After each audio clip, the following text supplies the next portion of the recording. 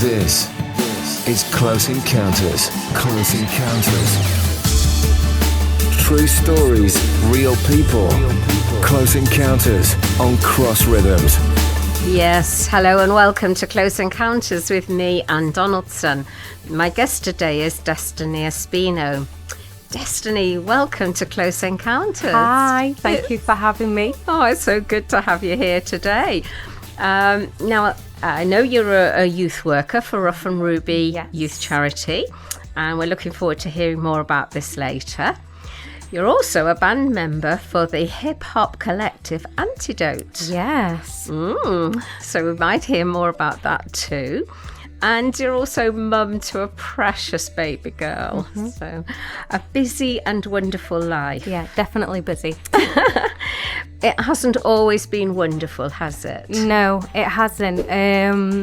So I'd say my life was quite chaotic, actually. I did grow up in a stable household, single parent household.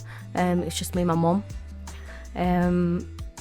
That was until like the age of 14. But during that time, obviously I went to school, primary school. I used to see all the other parents picking the kids up, and I always felt a bit like I don't fit in or left out. Obviously my mum was working. Yeah. She wasn't able to get me. But it wasn't just that, it was more so as well. The school that I was in was predominantly white, the kids that went to that school. So I always felt I don't belong here. Right. You know, I had curly hair and brown skin, and everybody else had straight hair and white skin. And I think this left a big impact on me. I just wanted to fit in. I wanted to be like everybody else. I wanted to have two parents in the household. Did you have friends, you know, even at your early school, your primary school? I find younger children more accepting than older children sometimes. There was a few racial comments throughout primary school. Yeah. Really? I did have one close friend that we're actually still friends now. Oh, that's good. Which is absolutely amazing. Yeah. Struggle. Yeah, it was a struggle. Yeah. Because even if the friendship was there, or other people had tried to make friends with me, I still didn't feel like I belonged in that friendship group. Yeah.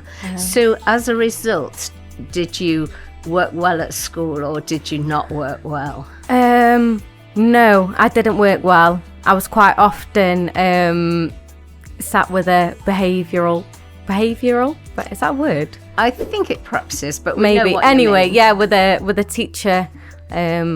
I'd quite often walk out of class because I wasn't that interested, and I was quite often chatty, which isn't great for school because they're very structured, aren't they? This is how there isn't so much room for ideas and creativity.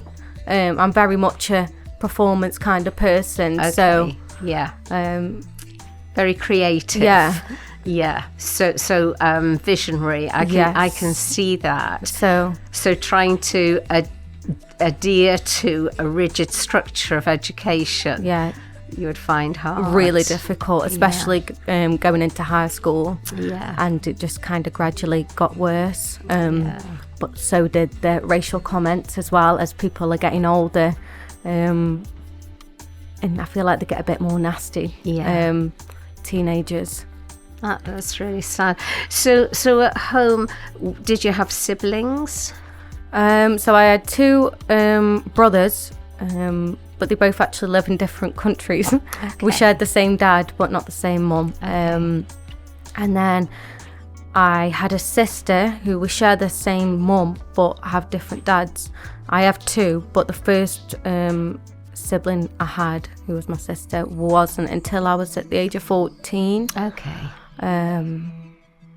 So really you were quite isolated as well in terms of not having people around you, even in the home of a similar age, growing up.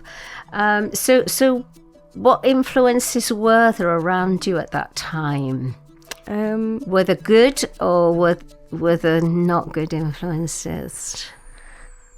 I wouldn't say they were great influences around me. Obviously, I had my mum, I had my nan, and I had my granddad.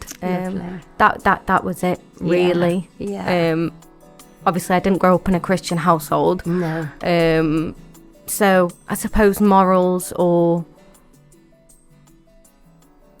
things like that weren't really sewed into me at a young age. Oh, I was a polite kid. Yes. That's one thing that was said about me when I'd go to visit other friends' houses. Oh, you're very polite. That's nice. But yeah. You'd got no, what I would call plumb line. No. So that's hard. It must have been very hard for you. And you struggled with identity, didn't you? Yeah, I did. Like I said, because I felt like I never belonged anywhere. Never in a friendship group, even in the household, with me not having my dad around, who was the obviously I'm mixed race. He was the black. Yes. he was from Dominican Republic, so his influence on me would have been very strong if he was in the household to, appreciate who I am, appreciate my curly hair, and no, judgment on my mum, how she brought me up. But I think because she never suffered with it, she never knew how to deal with it and how to lift me up and realise that I should be comfortable in my own skin. Yes. Yeah. So not having my dad around, I think that didn't help. Yeah. I know that led you, I don't know at what age, to self-harm. Yeah, so throughout high school, I was bullied for my race, so this led me to then self-harming. That was my way of dealing with things. Yeah. I quite often saw my mum deal with things by getting aggressive. Okay. So I thought, okay, well, that's how we deal with issues. Yes. Is with anger. Yeah. Whether that was I'll punch some holes in the doors at home, or even then inflicting pain on myself to try and deal with these ongoing issues. Yeah. So yeah, that was a real struggle for me. But that was my kind of escape at the time. That's right. Your relationship with your mum was good. Yeah, it was good. She was like my best friend, obviously, because it was just me and her. Yeah. She always used to say I was like a little sidekick. Yeah.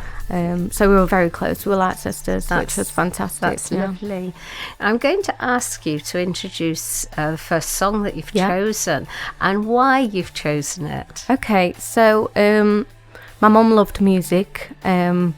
So does my granddad. He plays the guitar, he's musical, so it runs in the family. And I was brought up on house music. And this song got remixed. And it just brings back memories of my childhood. And the happy parts of it as well. Yeah. So that song is Hallelujah Anyway by Candy Staton. Lovely, thank you.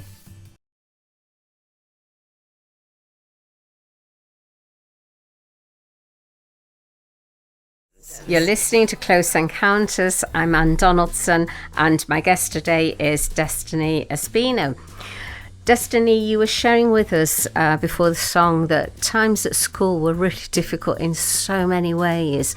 I know there were other incidents that really had an impact on you. Yeah, so school life was really rough. I mentioned about the racism and stuff that happened. Alongside that, actually, I was taken advantage of. Throughout primary school, there was 2 incidents where I was molested by kids the same age as me. Mm-hmm. And then when I got into high school, I think it was just before I took my GCSEs. So I was 16 at the time. Yeah. And it happened again with 2 older men. But I was, not to say it was my fault, it wasn't, but I was putting myself in unsafe environments. I would very regularly go out and drink. And take drugs. So this was like my coping mechanism, I'd say. Most times before high school, I'd be smoking weed. I'd be drinking every weekend. It wasn't great at all. So yes, it's there was a lot of opportunity for abuse and for wrong choices, but you were in a situation where I was in a very vulnerable place and time in my life as well. Yeah. And so throughout that time of doing drugs and like you say, putting yourself in perhaps not the best position,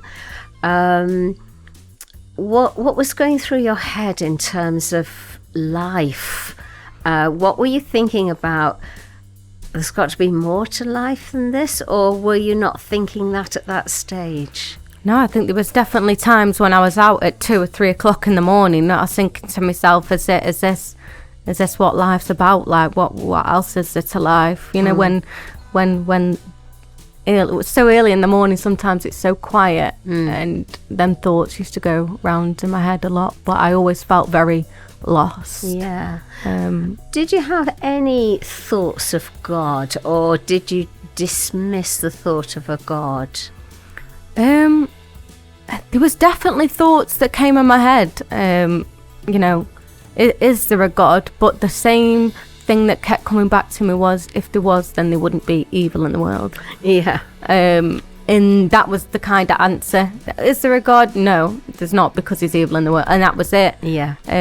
You know, my brain had shut it down, and I'd carry on. That is the biggest stumbling block, isn't it, for people? The biggest lie. Yeah, exactly. And the other one is, you know, why does God allow suffering? You know, that's a big question that people ask. From my point of view, God has done miracles in my life and He's saved me. But if I didn't go through them trials, what was He saving me from? Yeah. He's paid that price to save us. He is our saviour. And, you know, if everything was perfect, what is He saving us from? Yeah. We can't be perfect without, we can't be perfect with Him. So He's the one who makes us whole, isn't He? Yes, He is. But you'd got time to go before you came into the knowledge of that truth, didn't you? Yeah, definitely. So what did you come to leave school? What happened there? So I left school with no GCSEs. I didn't stay in class. I was just always doing everything I shouldn't be, always in detention, always getting excluded, expelled, having fights, getting arrested for fighting, getting arrested for robbing places. I was a bit naughty, but I think that was just the outcome of the things that was going on behind the scenes, but you know, not in school life, but outside of that. I went to college. I actually ended up with a partner that was abusive as well, and I got to a point in my life actually where I wanted to take my own life, and I can remember getting home and I just raided the medicine cupboard, and my mum come home. She rang an ambulance and I was kind of very drowsy and out of it, but by the grace of God I got to the hospital and they said that if I'd have taken any more of what it was, that my liver would have shut down.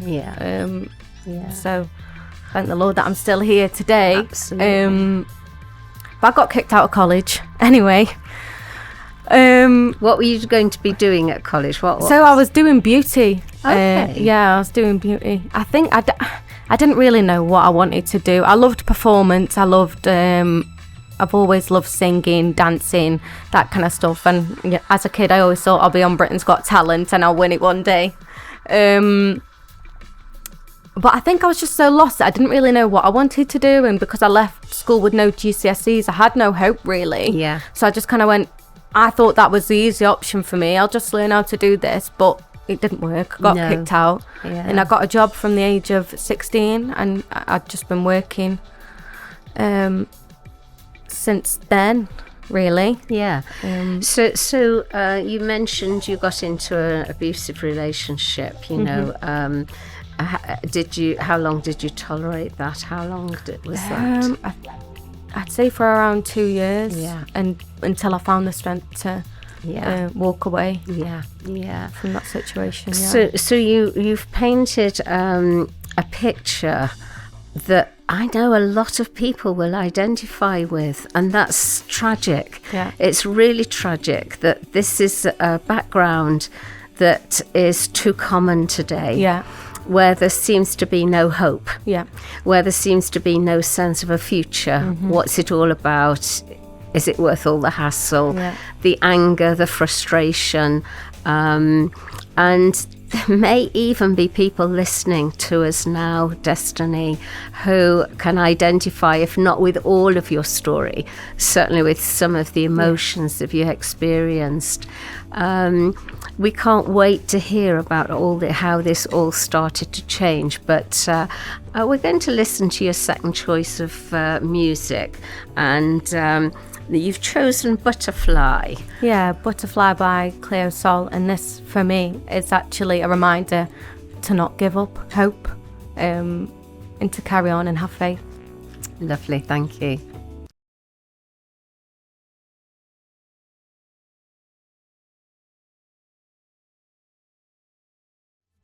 Yes, this is Close Encounters with me, Anne Donaldson, and my guest today is Destiny Espino. And Destiny, throughout a very troubled childhood and growing up, there was someone, wasn't there, who brought a bit of joy to your life? Yeah, so my uncle Jonty, he lived in Cyprus, and it was like a thing that every year we would go over and visit him. And as a child who got super excited about going away and going on holiday, it wasn't just time out, it was also a time to spend with family. My uncle Jonty, who was like a second, well, not even a second dad, but a dad that I never really had. This cool uncle that had his name tattooed on his arm, of my name tattooed, on his arm. Aww. He had a little moped with my name on it. He used to pay for me go on the jumping trampolines outside the hotel. And yeah, he was just an amazing man. But sadly, due to COVID, with us all being, locked away for so long and having rules and regulations and not having that freedom, his mental health got really bad. And decided to take his own life in 2020. Obviously, the roll-on effect of that was then my mum, who was his sister, and had even though we were so far away in Cyprus, they had such a close bond that they'd constantly be speaking to each other, week on week, week in, week out, even though the distance was there. That she ended up in a really bad way with her mental health, drinking, even doing drugs herself. And with me living in the household, this had an impact on me, and I just didn't really know what to do or where to go. And this led me then to search outwards for something spiritual, some meaning to life. This can't be all that it's about, just pain and suffering. There's got to be some joy. So that left me searching, and I landed on new age practices. So I was into crystals, tarot cards, readings, things like this that open doors to stuff. It led me to having sleep paralysis. I was having dreams where I couldn't physically move. I felt like I was being trapped, and I felt like I was being stuck in cycles of waking up and thinking I'm awake and I'm not, and being just trapped in my own body. So that for me wasn't a good turn. But also, while all this was ongoing, my mum was still struggling with her health as well. And I made the decision to move over to Cyprus, as my nan and my granddad had retired and they'd moved over there after everything that had happened. I see. To spend the time with grandchildren. So I decided, I want a fresh start. I want some sunshine. I'm sick of being in the UK. I went over there, and it was my 21st birthday in the July. And sadly, in the August, my mum then decided to take her own life. Well, I wasn't there, so we flew back, a few days later. But for me, I was just, after everything I'd already been through, I just felt like, what else? What now? Being brought up in a single parent household, my mum was everything. She was the centre of my life. So it just felt like my life crumbled apart. How did you get through those days? Smoking weed. At first, drugs. I relied on drugs heavily. To get me through them first few months. I eventually went back out to Cyprus the following year, and my nan and granddad actually had a villa next door to where my uncle lived. And a family had moved in there, a Christian family. Oh. Yes. And the lady who lived there was saying, you need to meet my son. You'll have a lot in common. And when he did finally arrive, we had a chat, and he just told me about how his family, some people had got into witchcraft, and I hadn't told him anything about my kind of story and witchcraft and stuff. So this got my attention. I was like, oh, okay, where's this going? And he just openly said that he was in such a rough place, and the only thing that got him through his life and the only person that saved him was Jesus. And I'm thinking, obviously I'd known about Jesus from primary school and doing at Christmas time when you do like the nativity, but I'm like, who is Jesus? Who is this person that saved you from all this? And I'd say that was when the seed was planted for me. That's wonderful. Yeah. How, he works in intentionality of God, that link to Cyprus and the people moving in. It just blows my mind. So what then? What happened next? The seed was sown. But you still carried on with. So I still carried on, kind of walking. It was like he was knocking on the door. He's like, "Come on, open the door. I'm here." But I kind of kept that door closed for a long time and just kept doing my own thing. So I was still getting, doing the witchcraft, doing all this kind of stuff. But when I look back now, I think there was little bits he was convicting me of, bit by bit. So like my modesty, because growing up without a dad, I very much looked outward for attention, boys. So maybe I dress in ways that, looking back now, I thought, oh, put some clothes on. But so little by little he started to reshape me. I can remember I had got back with my high school sweetheart at this point as well, going through such a drastic time in my life that I needed that support there, and he was somebody that has always been there for me. And we decided one night to sit down and pray and say a prayer together and write it down on paper, which is something I've never done. Not being brought up in a Christian household. I didn't know what it meant to pray. How do you pray? And I just thought, I'll just write down a prayer on paper. I'll shove it under my pillow. And within the same week, I took a trip up to the pottery centre because I wanted to use what was Rough and Ruby rooms to do a music video for secular music that I was making, that wasn't probably the best music or influence for other people either to listen to. So I went in there and I sat down with Dawny and I just said, hey, I want to use your place for a music video if that's okay. And we got talking and she mentioned God, and I was like, that's really strange, because this same week, or not even a few days ago, I'd sat down and this prayer was about God guiding my life, telling me what my purpose was and just taking control of my life. And she said to me, I feel like you're meant to be here today, and I feel like God has got a purpose for your life. Wow.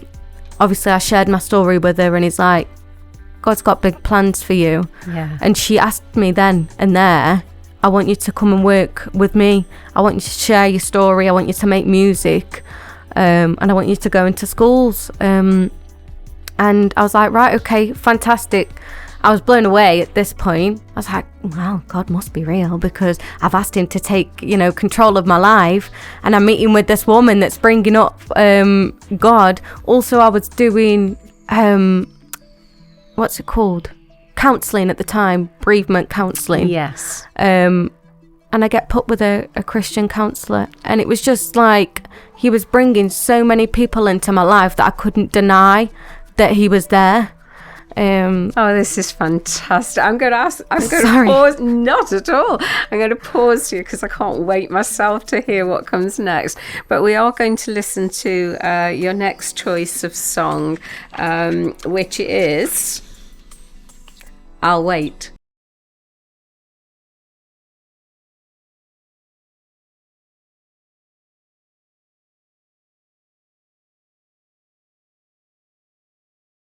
And my guest today is Destiny Espino.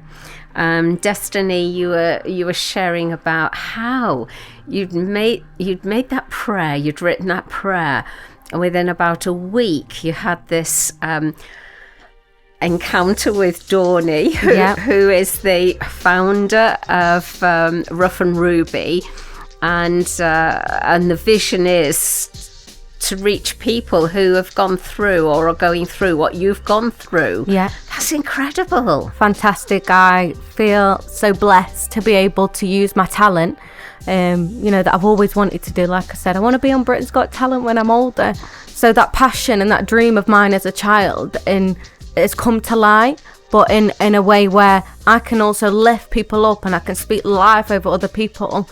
And being able to do that is such a blessing to me. We go into schools, we do road shows with young girls about the power of words and how they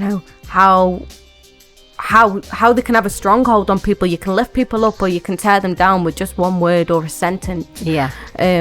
We do road shows about men, what it's like to be a man in a modern society. We do road shows about suicide prevention, and all these topics that are very close to my heart. Yeah, of course. And the fact that I get to use, like I say, my talent to spread positivity is fantastic. Yeah, it's incredible. Only God can turn things around. And he can take, there's that very famous quote in scripture that says, what the enemy meant for evil, God takes hold of and could turn it to good. Yeah. And your story is such an example of that, Destiny. Yeah, definitely. Going from making music that, was not good at all, and I had stacks of tracks ready to release, and for some reason I didn't. I kept it tucked away, and I'm so glad now. I realise that's because God had a bigger purpose for me, and now I am walking in that purpose, doing what I get to do at Rough and Ruby. Yeah. I don't think people realise the power of words. No. And lyrics of songs are more important. People can have stuff playing all the time in the car or in the background, and the lyrics are sort of just washing over, but actually they're not. No. They're entering in. Yeah. Subconsciously they're going in, aren't they? Whether you think they are or not. Yeah. And I realised this quite early on in my journey as well. So that's one thing that I sacrificed, and one thing that the Lord convicted me of was to delete all the music that I've had built up for years and get rid of everything, and find Christian artists and stuff, and some of the music that they make is phenomenal. I was like, who knew that you could get Christian rap? I know. Well, so I don't know. Well, I don't know, but I do know that every genre of music available with the right lyrics, with lyrics that are glorifying God, wholesome. And I think if there's someone listening now who perhaps they're a parent, or perhaps it's a young person themselves that just mindlessly listen to lyrics of songs, what would you say to them that that aren't Christian lyrics? I'd say you can find some absolute bangers that are Christian, and sometimes because the beats can be very similar to listen to without actually listening to the lyrics, you just think they're any normal song. Yeah. They're not quote unquote your normal Christian music, what you expect Christian music to be. Yeah. Even so, we make music like that in the team. That's what we do. We make Afro beats, we make rap, hip hop music, so it can be done. Again, I'd like to say I know, but I don't know because we're very different generations. But I know you're part of Antidote, and that's what you do, isn't it? You produce that sort of music. Yeah. So we make tracks that are for specific topics to go into school, so we can engage with the youth as well, because we don't want just be going in there and just being boring and talking to them. We want to engage with them, and I think music can change a mood in an instant like that. Absolutely. So we want to, like we say, we want to lift them up. So if we go in there with them tracks, that's fantastic, and then we obviously make Christian music outside of that as well. So your faith's growing on an ongoing basis. Yes. So tell me what's changed. I mean, your life is totally transformed. I know that. And but tell me how that's changed in terms of your everyday life. I don't look for validation anymore elsewhere. Right. Like, I know that God loves me, and that's all I need to know. Like I said, I used to look for validation from boys, from anyone really, and now I'm happy in my own skin. I'm happy that my hair's curly. I'm happy that my name's Destiny Espino, because once upon a time I hated it because it was too difficult to spell or it was too hard for people to pronounce, but I've really stepped in to knowing that God loved me then and he still loves me now, so I can just be me.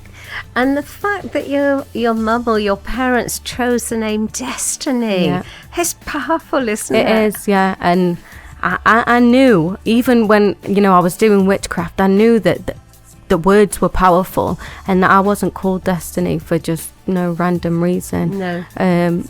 That there was going to be a purpose for my life. And even my mum said, because where she was before she had me wasn't a good place, and she said that I called you Destiny because you saved me. Oh, yeah, that's beautiful. Yeah. So we're going to listen to your next choice of song, which is The King Will Come. Yeah. Thank you.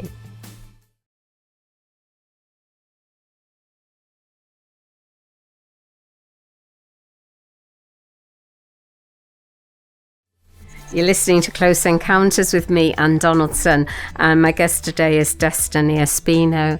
And Destiny, you told us that the song we've just listened to, you actually gave birth to. Yes, I made a playlist before I went into hospital, Birthing Life it was called, and that song I gave birth to. Wow. Yeah, which is fantastic because it meant so much to me as well, that song, even before giving birth. Yeah. Just about how I didn't want God to give up on me, and that I'm just going to keep walking towards him. Yeah. And strive to seek his face and glorify him in everything that I do when I walk alive. So to give birth to my beautiful baby girl, it holds a lot of room in my heart, that song. Yeah, and it just reminds me as well, no matter what I do, sometimes we do fall, we make mistakes, but he's a forgiving God and he still loves us, and that's how I want to bring up my child in my household with my childhood sweetheart. Yeah. And that them morals that I didn't have, that she has some. Yeah. I don't want her to suffer. No. The way I did. Yeah. So the young gentleman who together you wrote that prayer that night. Yes. has brought you both to faith. Yes. Has brought you to a place where your faith's growing. Constantly. Has brought you a beautiful daughter. Yeah. And seeing you just transformed is just incredible. What a story. Yeah. And there are going to be people who have related to some of what they've heard you share. I don't think many people have experienced all that you've experienced, and I know that we've only heard the tip of the iceberg. Yeah. I know there's much to your story. But what would you say to anyone listening? I'd say that if you've ever felt or been through anything that I have, and you do feel hopeless as well, that I can say and stand on that the only person that has got me through that darkness, and the only person that has made me who I am today is Jesus, and I will continue to praise his name for that, because he's transformed me and turned me into a person that I never thought I'd be. So take a step of faith. Yes. Start trusting Jesus. Yeah. Start believing that he is who he says he is. Yeah, definitely. And that he can do what he says he can do. Yes. Because it's tried and tested. Yeah, definitely tried and tested. And he's the one who can, that's such darkness. People think tarot cards and things like that are just a laugh. They're not. No. There's such darkness. Yeah. And he's the only one who can overcome. He's the only one who has the power to overcome that darkness. It's just an amazing story, and it's lovely that you're able to share it with us. But also that you're growing. This isn't the end of the story. It's the start of new life. No, and not long ago I actually got baptized to confess to everybody around me that old me, that darkness is gone. Yeah. How lovely. And that I am a new creation in Christ as well. So. And with that baptism comes the opportunity to publicly declare. Yeah. And you're doing it again today. Yes. That's amazing. So Destiny, thank you so much for all that you've shared. Thank you it's really touched my heart deeply. And so I pray God's richest blessings on you and your little family. Thank you. The work that you're doing, that it'll be fruitful and be effective, and will be the means by which, in the same way God used Dawny to put you on a different track, that God will use you to put other people who perhaps you don't even know yet on another track. No pun intended. Oh, bless you. Thank you so much for coming in. Thank you for having me. We're going to listen to one of my favourite, I've got so many, worship songs, Holy Forever. Thank you. Close Encounters on Cross Rhythms. True stories, real people.